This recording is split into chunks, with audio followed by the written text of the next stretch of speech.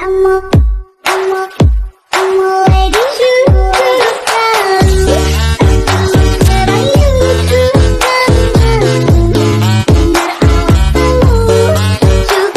Modul 8. Strategi pertumbuhan dan penyehatan perusahaan.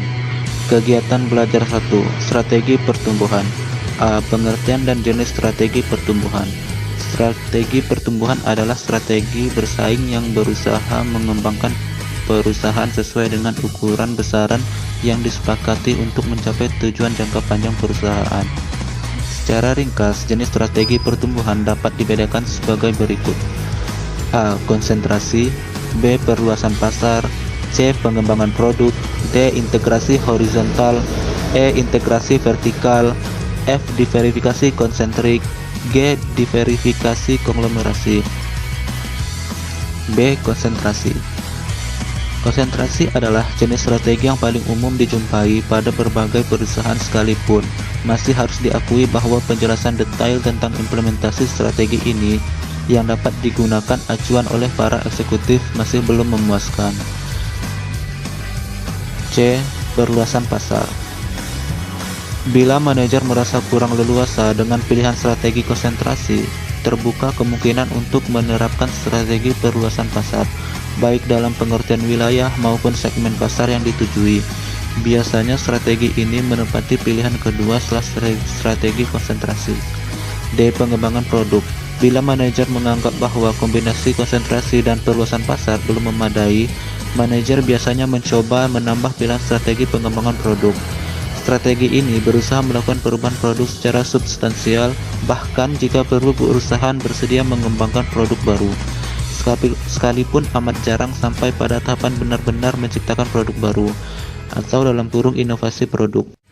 E. Integrasi horizontal. Integrasi horizontal terjadi jika perusahaan menambah unit usaha strategis yang dimiliki yang menghasilkan barang atau jasa yang sama dengan yang sebelumnya dimiliki. Dalam perkembangan, pengertian kesamaan produk yang ditutup dalam integrasi horizontal menjadi semakin luas. F. Integrasi vertikal. Integrasi vertikal terjadi jika perusahaan melakukan perluasan usaha yang sebelumnya menjadi bidang garap pemasok dari perusahaan tersebut. Integrasi vertikal juga dapat menimbulkan peluang yang lebih besar dan luas dalam pendorongan perusahaan menyempurnakan penerapan strategis diferensiasi. G. Diversifikasi kontraksi. Dikenal ada dua macam diversifikasi usaha, yaitu diversifikasi usaha kontraksi dan konglomerasi. Diversi kontrik dapat terjadi jika perusahaan memutuskan melakukan ekspansi usaha dengan menambahkan unit usaha baru, baik dengan cara pertumbuhan internal maupun akuisisi pada bidang usaha yang masih memiliki ketertarikan langsung dan tidak langsung dengan bidang usaha yang sebelumnya dimiliki. Nah, diversifikasi konglomerasi. Diversifikasi konglomerasi terjadi jika perusahaan melakukan ekspansi usaha dengan membentuk unit usaha strategis baru pada bidang usaha yang sama sekali tidak memiliki ketertarikan dengan bidang usaha yang sebelumnya telah dimiliki. Strategis ini dapat tempat yang jelas terlihat tingginya gelombang akuisisi. Hai guys, ayo berpikir jernih. Nyatanya Sprite kemasan pas di kantong. Tapi yang nggak pas basah juga, pas di dompet. Tapi yang nggak usah dimasukin. Nyatanya emang pas porsinya sekali minum. Tapi yang nggak usah lebay. Sprite nyatanya pas, gak lebay. Kegiatan belajar 2. Strategi penyehatan perusahaan dan divestasi. A. Asal-usul.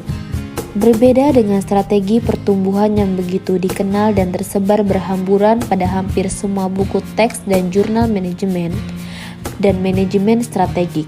Strategi penyihatan perusahaan baru dimulai dikenal sepanjang pengetahuan penulis pada menjelang pertengahan dasawarsa 70-an.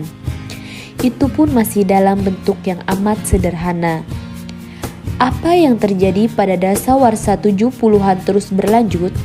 Meningkatnya perhatian ini tidak dapat dilepaskan dari fakta bahwa pada dasawarsa tersebut dan sesudahnya jumlah perusahaan sakit semakin banyak dan mulai secara transparan dapat dilihat. Oleh karena itu, sejak itu pula jurnal dan buku berkaitan dengan tema penyihatan perusahaan terus mengalir dengan tingkatan aliran yang lebih deras dibanding dengan sebelumnya. B. Indikator dari lingkungan bisnis mempunyai 2 poin. Poin yang pertama yaitu dengan membangun kekuatan dan mengurangi kelemahan yang dimiliki, manajemen berusaha mengeksploitasi peluang dan menghindari ancaman bisnis. Poin yang kedua, sehat tidaknya perusahaan dapat bersumber dari lingkungan bisnis. Lingkungan bisnis yang tidak mendukung perkembangan perusahaan yakni lingkungan bisnis yang menjadi sumber ancaman bisnis yang dapat dikatakan sebagai sumber sakitnya perusahaan. C. Indikator internal mempunyai 2 poin. Poin yang pertama, lingkungan bisnis relatif stabil dan manajemen mampu melakukan perakiraan bisnis dengan tingkat ketepatan yang cukup. Poin yang kedua, ada beberapa indikator yang digunakan perusahaan. Yang pertama, A. Indikator pada tahap awal daur kehidupan perusahaan. B. Indikator pada pertengahan daur kehidupan perusahaan. C. Indikator pada tahap akhir daur kehidupan perusahaan. Dan yang terakhir D. Indikator yang dapat muncul pada setiap tahapan kehidupan perusahaan. D. Indikator kombinasi. Seringkali perusahaan yang sakit disebabkan oleh interaksi antara ancaman yang datang dari lingkungan bisnis dan kelemahan yang berasal dari variabel internal. Amat jarang hanya benar-benar disebabkan oleh salah satu dari kedua variabel tersebut. Apalagi hanya ancaman yang berasal dari perubahan lingkungan bisnis. Jika disebabkan oleh keduanya, biasanya membawa akibat yang lebih kompleks dibanding jika hanya disebabkan salah satu variabel saja. E. Penyihatan strategik mempunyai 3 poin. Poin yang pertama, ada 2 macam penyihatan perusahaan, yakni penyihatan strategik dan penyihatan operasional. Poin yang kedua, penyihatan strategi diperlukan ketika terjadi kesalahan strategis. Pertama, biasanya berkaitan dengan usaha penyihatan terhadap penyakit yang disebabkan oleh ketidakmampuan perusahaan memenuhi kebutuhan konsumen dengan produk yang sekarang dihasilkan sesuai dengan ketiga komponen pokok misi perusahaan yang telah diterapkan. Poin yang ketiga, untuk masalah kesehatan. Manajemen biasanya berusaha meminimalkan mengembalikan posisi strategis yang dimiliki dengan melakukan perubahan strategi bisnis. Manajemen kadang-kali juga berusaha melakukan lompatan pemulihan posisi.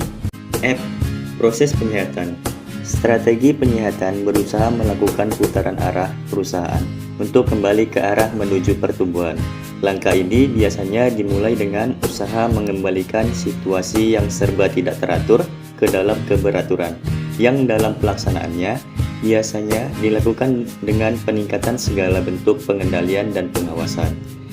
Tahapan proses penyihatan adalah 1.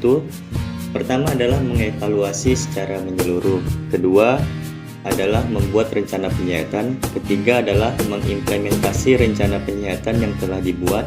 Keempat adalah manajemen membuat langkah stabilisasi perusahaan. Dan yang terakhir adalah penyiapan ke arah pertumbuhan bisnis. G. Intervensi negara. Ketidaksehatan perusahaan yang disebabkan oleh variabel lingkungan bisnis memiliki beberapa keunikan. Biasanya, perusahaan tersebut lebih sulit disehatkan dibanding ketidaksehatan perusahaan karena variabel internal. Pada umumnya, keterlibatan negara dilakukan dalam 3 tahapan pokok. Pertama, negara merumuskan dan mengimplementasikan kebijakan ekonomi makro dan hukum yang diperlukan sebagai landasan penyihatan.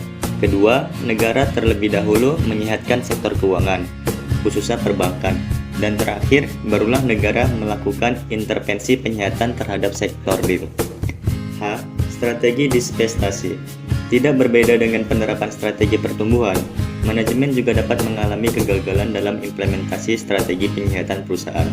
Dalam keadaan demikian, manajemen tidak punya pilihan lain terkecuali melakukan divestasi atau keluar dari pasar. Akan tetapi, kadangkala keputusan keluar dari pasar juga dapat terjadi tanpa harus menunggu proses penyihatan. Ketika perusahaan gagal berkembang dan tidak terlihat prospek yang cerah, pemilik dan manajemen dapat langsung memutuskan meninggalkan pasar. Suaramu